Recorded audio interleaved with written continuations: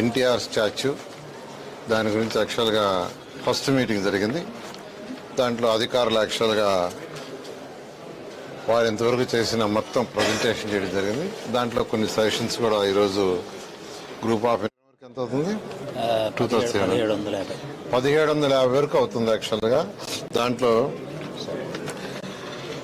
ఆ విగ్రహం యొక్క bronze skin, only bronze skin 3500 టన్నులు.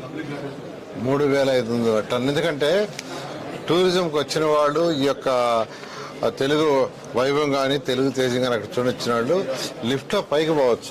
విగ్రహం పైకి ఏదైతే 182 మీటర్లు ఉందో దాదాపు 160 మీటర్ల వరకు పైకి పోవటం, అక్కడి నుంచి సిటీ మొత్తం చుట్టూ ఉంటుంది. అందువల్ల అది 3500 మెట్రిక్ టన్నులు యాక్చువల్గా ఆ యొక్క బ్రాంజ్ స్క్రీన్ అవుతుంది. విగ్రహం 65,000 టన్నులు.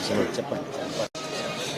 విగ్రహం మొత్తం వెయిట్ తీసుకుంటే అంటే దాంట్లో చేసే ఈ బ్రాంజ్ స్కిన్ ప్లస్ టోటల్ తీసుకుంటే 65,000 టన్నులు వెయిట్.